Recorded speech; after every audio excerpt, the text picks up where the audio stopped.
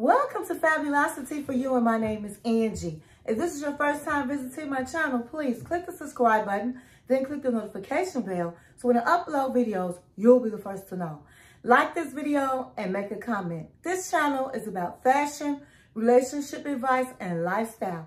And if this is not your first time visiting my channel, well, welcome back, my queens, and welcome to the kings out there.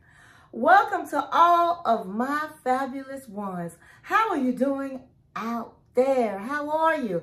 Happy holidays. We are in the holiday season, and I have decorated. I'm still decorating my house, but I just got finished decorating my she cave / office, and I am getting into the holiday spirit. And so I hope everybody is doing well. And so today is Ratchet Wednesday. It's Ratchet Wednesday. And so today we are going to be, well, I am going to review the 90-Day Fiancé Before the 90 Days, Season 7, Episode 14. Okay, so we're coming to an end with Before the 90 Days. Okay, so before we begin, go get your drink of choice and go get your snack of choice and come back and sit with your girl, Angie. Text, email, call, stick a letter in the Bible, baby, and let everybody know that Angie is on the line. Okay, guys, so we're going to get right into this. The first couple we're going to be talking about is Tigerlily. Okay, Tigerlily. So, Tigerlily and Adnan. Okay, so they're in the same position. Tigerlily is upset that she can't wear her regular clothes and she has to dress where she's covered. And so the episode begins with Tigerlily waking up and she's excited and she said, oh my God, we may have made a baby tonight. And she was so excited.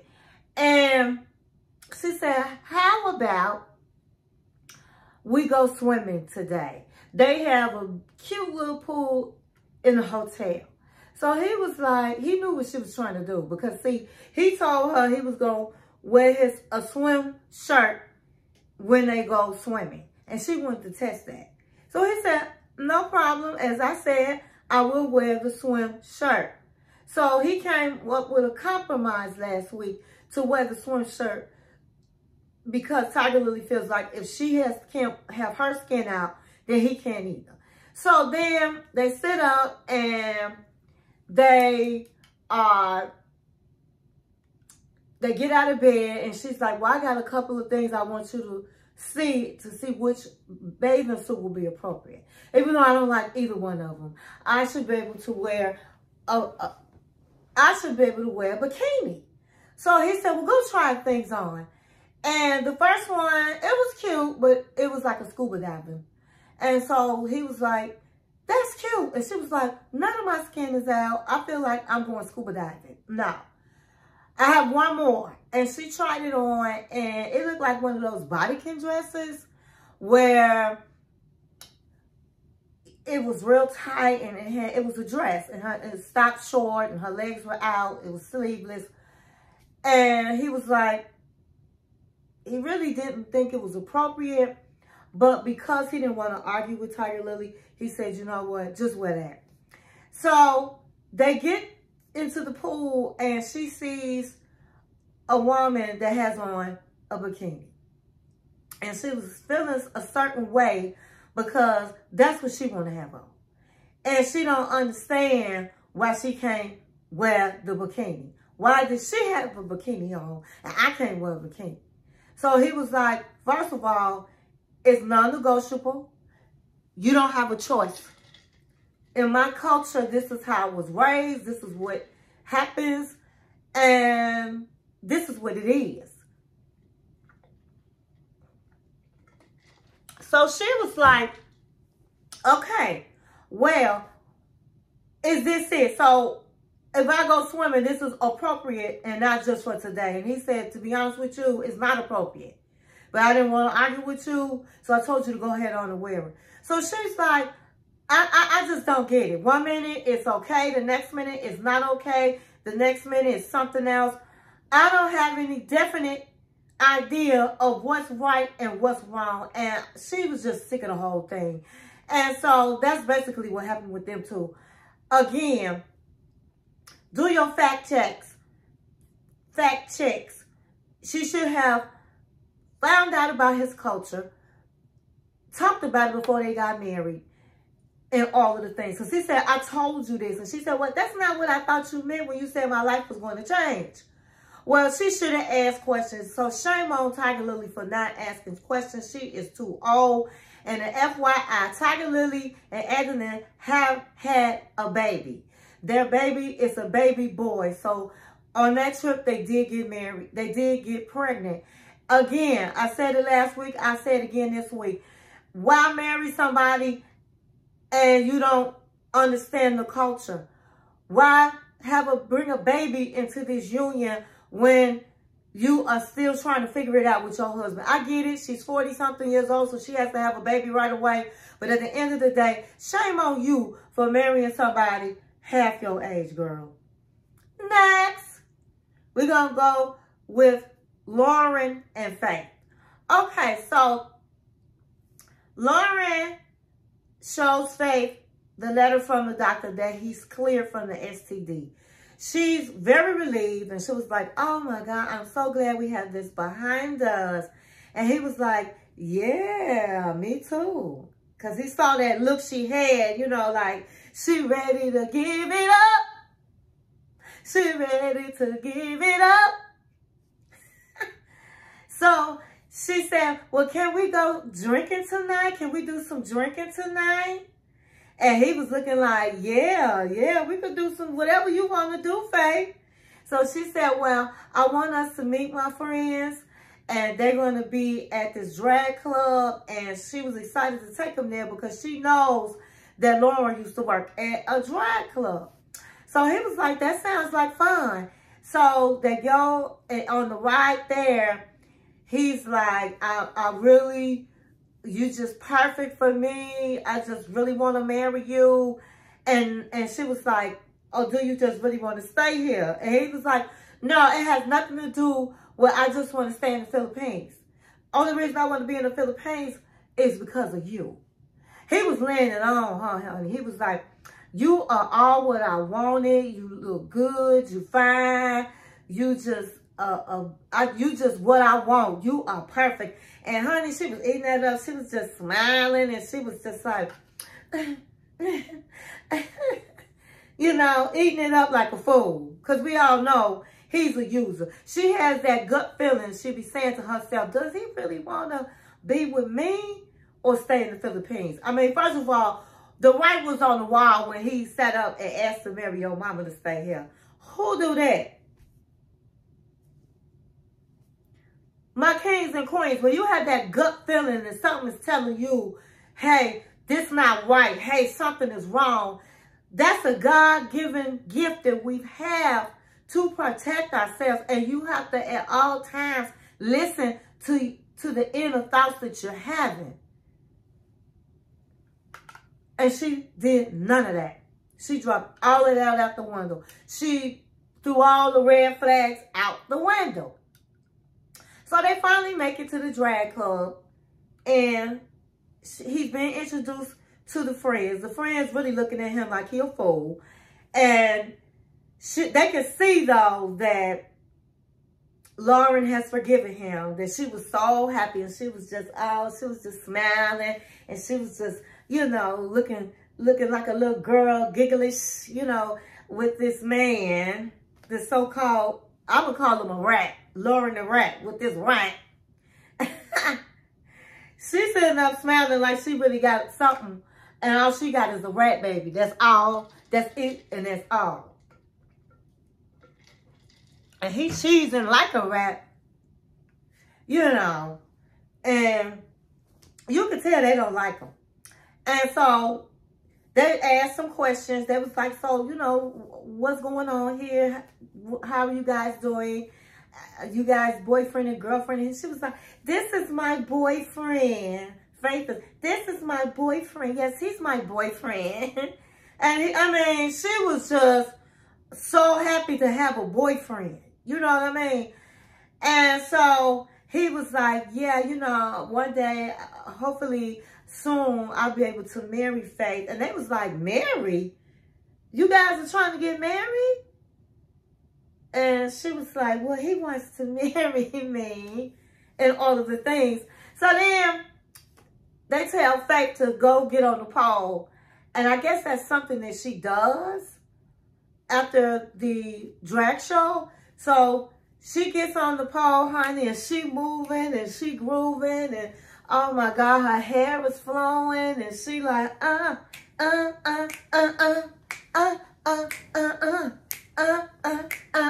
She was getting it on, baby.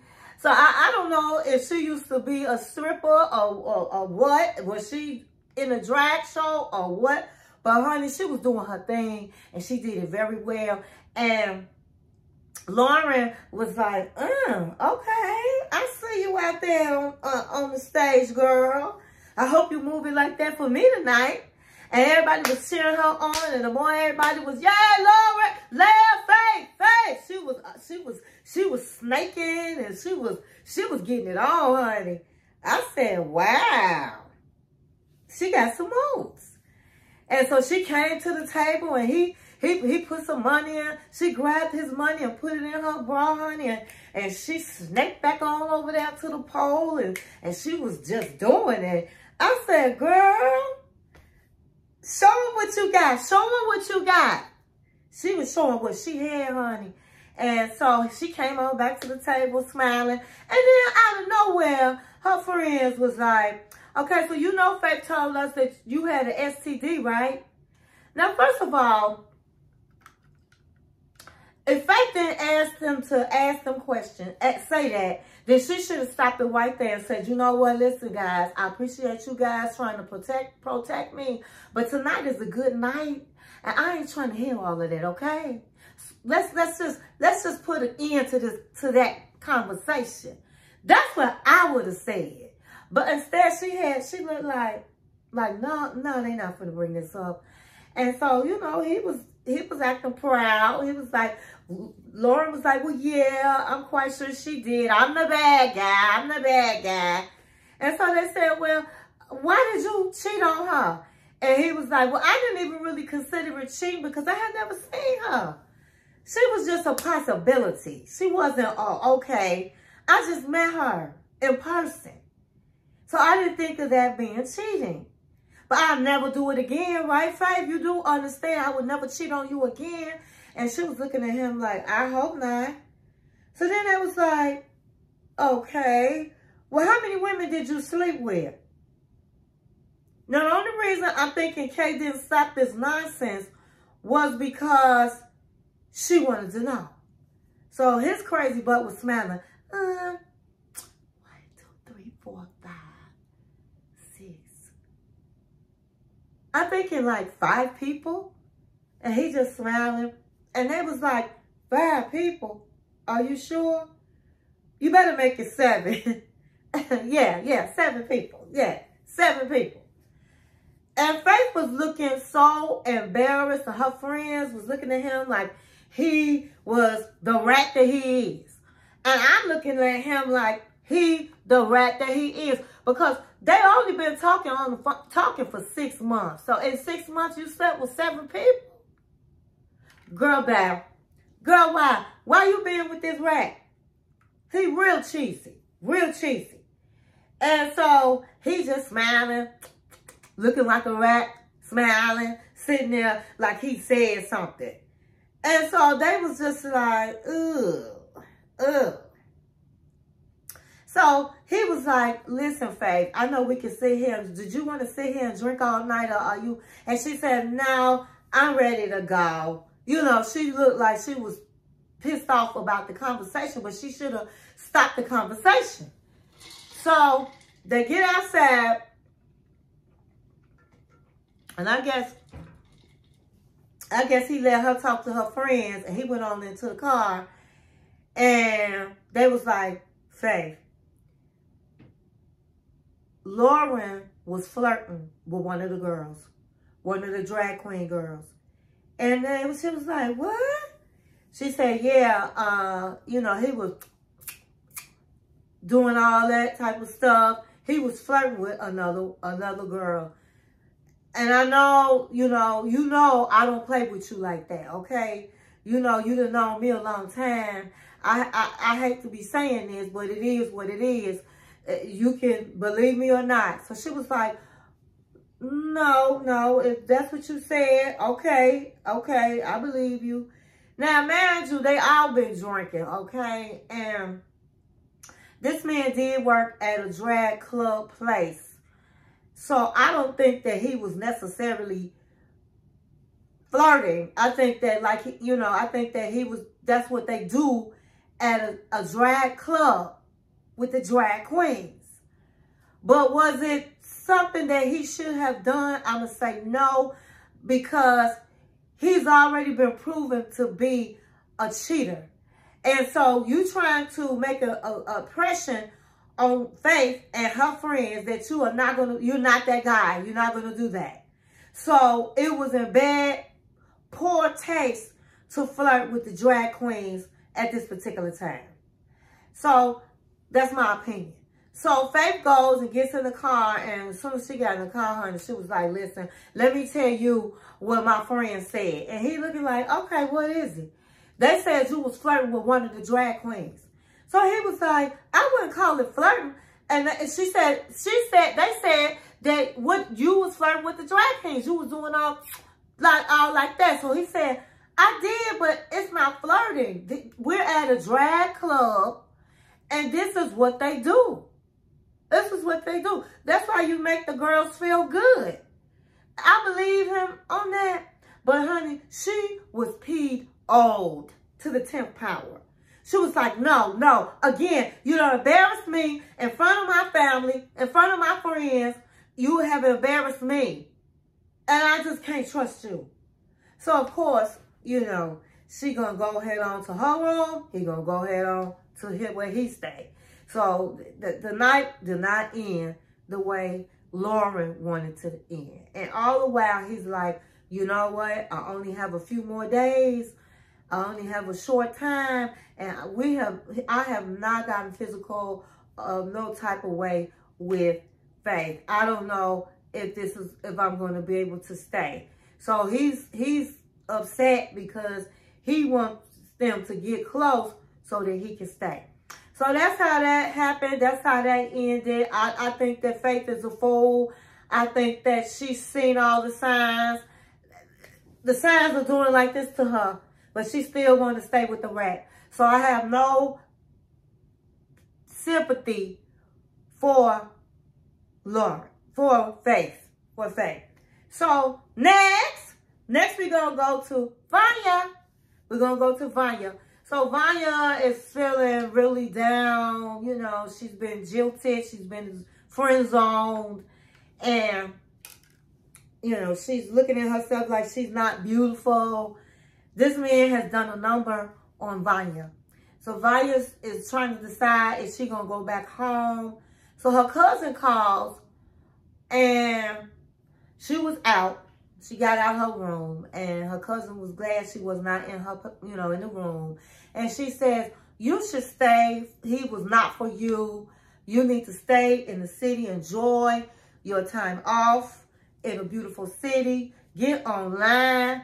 Find you somebody else, okay, to date. Period.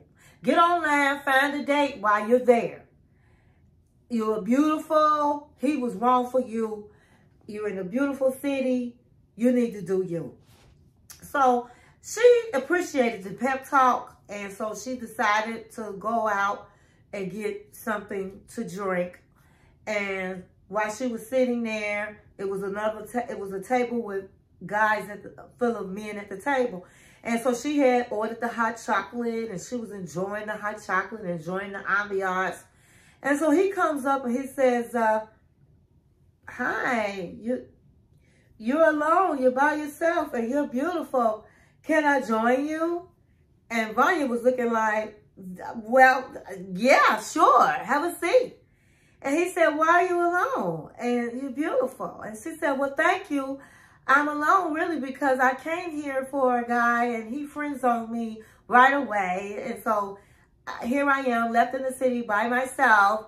And I just decided to just come out and not stay in my room. And he was like, well, actually, what about me? How about, isn't this a date? And she was like, is it? And he was like, well, we didn't, you know, we just met each other, but we're sitting here. You're not alone. We're talking. We're drinking. I would think this is a date. And she was like, oh, okay. Maybe it is. And so he said, well, since you're going to be here, maybe we can get together. I mean, I am in a relationship. I almost fell out the bed. I said, honey, she can't win from losing. Vanja can't win from losing. When that man said he in a relationship and it just became open today, I was like, girl, bye. Girl, bye. So he said, you know, it's open. And so maybe we can get together if you have some time. And she was looking like, no. No, thank you. So he excused himself from the table. But she decided that even though that was a bust, what happened was jacked up, she said it just made her feel good that a man approached her and said she was beautiful several times. And evidently somebody thinks she's attractive. And so it brought her back to life, okay? And so she said, maybe I will get on that dating site. And so it shows next week. She meets this guy, this tall man, honey, bodied up, and she is all smiles. And so good for her. I just think that men can tell desperation on a woman. That's why you have to be careful about being too accommodating, too eager, just too available, because that shows that you have desperation on you and they can smell it. And I don't care how beautiful you are, a man do not want a woman that act desperate, that's too accommodating, that's too available. So stick a pin in that, my queens, and always remember, don't be too available. Okay, so last but not least, we're going to go with Niles. Well, they're not last. I'm sorry, we're going to go with Magda and Joe. I'm going to do this very quickly because I don't want this video to be long. So, Magda, the next day, is upset because Joe act like he don't remember when he slept with the last person, where it happened at. He don't remember nothing, so she's pissed. He had plans for them to go to some type of cave. I believe it was like a ice cave or salt cave or something like that. And she really didn't want to go, but she knew that, hey, he's here. He came to see her, and she doesn't want to be too much of a bitch. So she's like, okay, I'm going to go. And so she's like, really looking really like she don't want to be there. She's, you know. And he was like, I thought this would really cheer you up, but I see you still in a funk. So let's talk about it. And she was like, yeah, let's talk about it. How is it that you don't remember if it was only one woman, what day you slept with her, and where was that, and how it happened? How was it that you don't know that? So he looking at her like she a fool. He said, because I don't know. I can't tell you. I didn't write it down. But what you need to understand is it was before we got serious with each other. And I want to be with you and only you, Magda. And so she was like, I don't know. It's just going to take time for me to trust because I really love you. He said, and I love you too, okay? I love you too. But at the end of the day, I don't remember. well, is there anything else that you need to tell me? Because if I find out, then that's going to be the end of us. It's no going back. It's just over with. And so he said, he was looking like he had something to say, honey. And I thought it might be, oh, well, yeah, I did sleep with another woman. But he said it was the fact that he has a friend that he used to date, and they still friends, and she in a friend group. But it was 7 years ago, and he said he not going to tell her that because it's just going to make it worse. And he don't think it's a big deal. So he says, I have nothing else to tell you. I promise you, you're the only one. I love you, Magda. I want to be with you. I want you to be my wife. I want you to have my children. So she kind of like, you know what? I'm going to go ahead on. Because he sounds genuine and I can see in his eyes that he was telling the truth, I'm going to try to be okay right now. So she kind of like pepped her step up, and they end up going back because, to her house because she ended up having a headache. And she's acting like, oh my God, my head hurt me so bad. Oh my God, my head hurt me so bad. And he taking care of her. He was like, well, did you want me to bring you a cold towel? And he put the cold towel on her. He was like, let me massage your head. And she laying on him. Is there anything else you need? I just want you. I just want you. So she holding on to him. I just want you. I just want you. And he bringing her water. He doing everything for her. And she started feeling, you know, good. She was like, wow, nobody never took care of me like that. Nobody cared enough to, except my mother, to really take care of me. And that just made her feel like he does love her, and feel like he does want to marry her, and feel like she can kind of trust him. So the next day they had to pick up her dog, and he was going to meet her friends. So they go to this little place to eat, and the friends are looking at Joe and asking him, so how are you guys doing? And she was like, yeah, well, we're doing great. He wants to, we're going to get married. And they looking at like, married? And they asked him, they said, well, do you think that you spent enough time with her to really decide that you want to marry her? And he was like, honey, he was looking like really tripped out. He was like, well, you know, not really. And she was like, no. He said, but I do feel like one day we can get there, but I don't think we're there at this time. And she was like, wait a minute. That's not, You told me you love me. You told me you want me to marry you. You want me to have your children. So how is it that you don't know? You should know. So the friends was looking at her like she was crazy. Like, they was looking at her like, oh, here we go again. So they said, well, you remember when you moved for your ex-boyfriend and it didn't work out. You went so fast. Don't you think you should slow down a bit? So Joe was like, oh, really? Oh, so well, who is this? I didn't know anything about it. Yeah, she moved to Germany for this man. So they was like, he said, well, how long was you in Germany? So she was looking all stupid. She was like, well, it was 1.5 years and it just didn't work out. And they said he broke her heart. And so we don't want her heart broken like that again. So you guys need to really take your time. And she was so pissed that her friends busted her out like that and brought up the ex because she never brought it up. Okay, and that's what I was talking about last week. You want to know everything about this man. You want to know everything that that's happened with him, but he didn't ask you, so you didn't give out no information. I don't like that.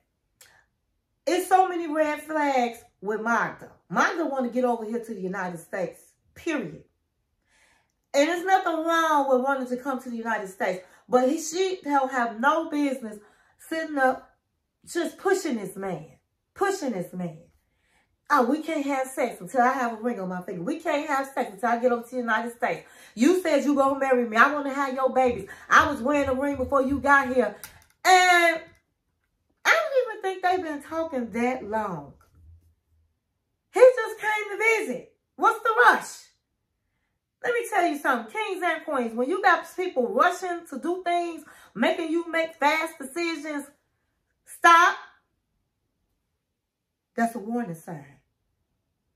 And so, next, we're going to go on to the last couple. I'm going to make this pretty quick for Niles and Matilda. Okay, so last week, Niles had lost his man, right? His face was twisting up and all of the things.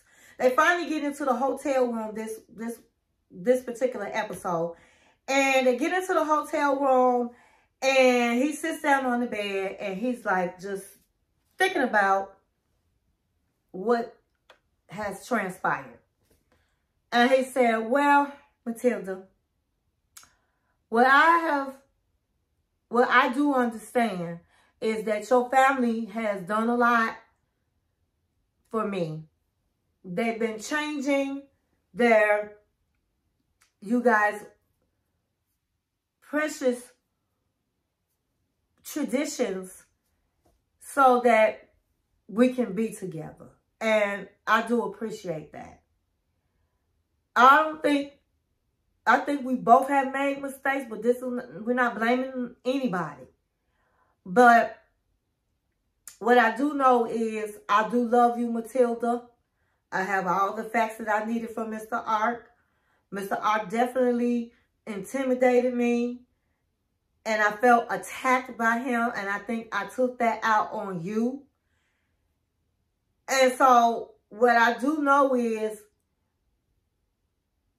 I love you, Matilda. And then he was saying that Matilda is the only woman that has ever taken the time and just explained things to him and understands who he is and his autism. And he loves her for that. And so he said, we are soulmates from different sides of the world.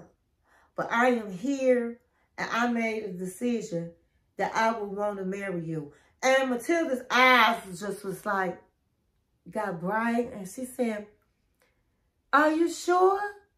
And he said, well, do you have to have a big knocking? Do you still want all those people? Because I can't do that. And she was like, it took her a minute because she did want that big knocking, a big party for her wedding. But she was like, as long as this man is going to marry me tomorrow, I don't have to have it. So she said, I don't have to have it. And so she was so happy and all of the things. First of all, the producer said, well, Niles, do you feel like, you was pushed into doing this? Because you said you didn't want to do it in the beginning. And he said, no, I don't feel like I was pushed or anything. I'm doing it because I love Matilda. So Niles still did not take accountability that he knew from the start that he was supposed to marry her this trip. And she might not was saying everything she was supposed to say, like introducing him first to Mr. Ark. But she had her reasons because she wanted her family to know that why they weren't getting married. And she wanted him to explain. Because that was against tradition. She was embarrassed that he was not going to marry her. She had already started planning a wedding. And that was the reason why she introduced him to the family first instead of taking him to Mr. Ark. Now, she didn't explain that to him, but was that wrong? I don't think so. It was against tradition, but she had her reasons. And he has not said, I'm sorry that I did not come down here like I was supposed to marry you, or was I ready? Because you did give me you gave me the time. You told me what you was doing. I did not say I didn't want it. I was agreeing with everything you said. So Niles does not take accountability. Okay. So they're happy. They go over. They get Mr. Ark and his wife, and they all come to the parents' house, Matilda's parents, to get permission. But once the family heard that they were going to get married the same day. They were so happy. They had to call her uncle because he's the father, like her father figure, since the father is gone, has passed away. The uncle on the phone gave the permission. They were all happy. So now it was time to come up with a bride's price, to talk about that. Niles was very, very, should I say, he was very nervous about talking about this part because he doesn't have much money.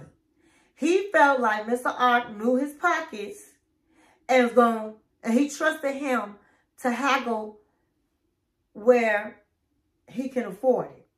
But my thing is, he did not break down his pockets to nobody, okay? Not his true pockets. So how was Mr. Art supposed to know his pockets, that he didn't have any money? Now, hold that thought and let's get on to Mr. Art is talking with the family. They come up with a price. The price, they were happy. Everybody was happy. Everybody was smiling. Mr. Art pulled him to the side, him and Matilda, and said the price is $400 American dollars. I almost threw my glasses off, okay? Because Matilda knew he didn't have the $300 that she asked for the food. He told Mr. Art, I didn't have that. That was a lot of stuff, and I didn't have it. So why would he haggle for $400? She's sitting up there listening, even though I'm quite sure she couldn't interject. But she knew that Niles did not have $400. He didn't have the $300 for the knocking. Then she dropped it down to $200. He didn't even have that. So how was he going to have the $400? So Niles did not say to Mr. Ark at the time that he couldn't come up with that money. He said, well, he said, well, we need the money now. He said, well, I don't have it. I will have to go to the bank. So Mr. Ark and his wife left, and Niles and Matilda went so he can go get this money. He comes back with money in his hands. Matilda is smiling and happy and said, did you get the money? And he said, basically, in American dollars, he got $109. Girl, bye. Girl, bye. And she was like, wait a minute, this is the money in your bank? This is all I have, Matilda. I spent money coming here. I bought you gifts. This is it. This is all I have. And she said, in the bank? And honey, then he gonna start looking all stupid. Well, I didn't tell you. I left out something that I did not tell you. And I'm sorry. She said, what? She was looking like, oh my God, here we go again. This dude always not telling the truth. So she said, what is it? He said, before I got here, I lost my job. And so I have no more money. This is all I have, this $109. I decided, she said, why you didn't tell me? Well, I had already booked the trip and paid for everything, so I thought I'd just come on down. I didn't want to upset you. My thing is, he didn't tell her because he had no intentions on marrying Matilda at all. Let's not forget that. He had no intentions on marrying her. That's why he was buying gifts for her. So that would soften the blow. He even said that. So that would soften the blow. He gave her a ring to soften the blow. He bought her an $80 skirt to soften the blow. She thinking this man had money. Because you know doggone well, she went to a high-class store and got that $80 skirt when you know she probably herself go down to the flea market and get a skirt for $5. But because he's an American, thought he had money, she went into the store, probably always wanted to go in that store and buy something. So she didn't know he didn't have no money like that. And so Matilda was so upset. She said, Niles, if you would have told me this from the beginning, we could have haggled where the price would have been lower, where you can afford. I would have never done all of this if you lost your job and I knew about it. She said, it's so hard dealing with a man that's a liar. So Niles have given Matilda all kinds of red flags, honey. Since he got off that plane, he gave her red flags all the way until today, yesterday, Sunday. He gave her red flags. But Matilda and her family are very poor. She wants a better life. She wants to get over to the United States. So she's been dealing with it. But her whole time with him, she been like this.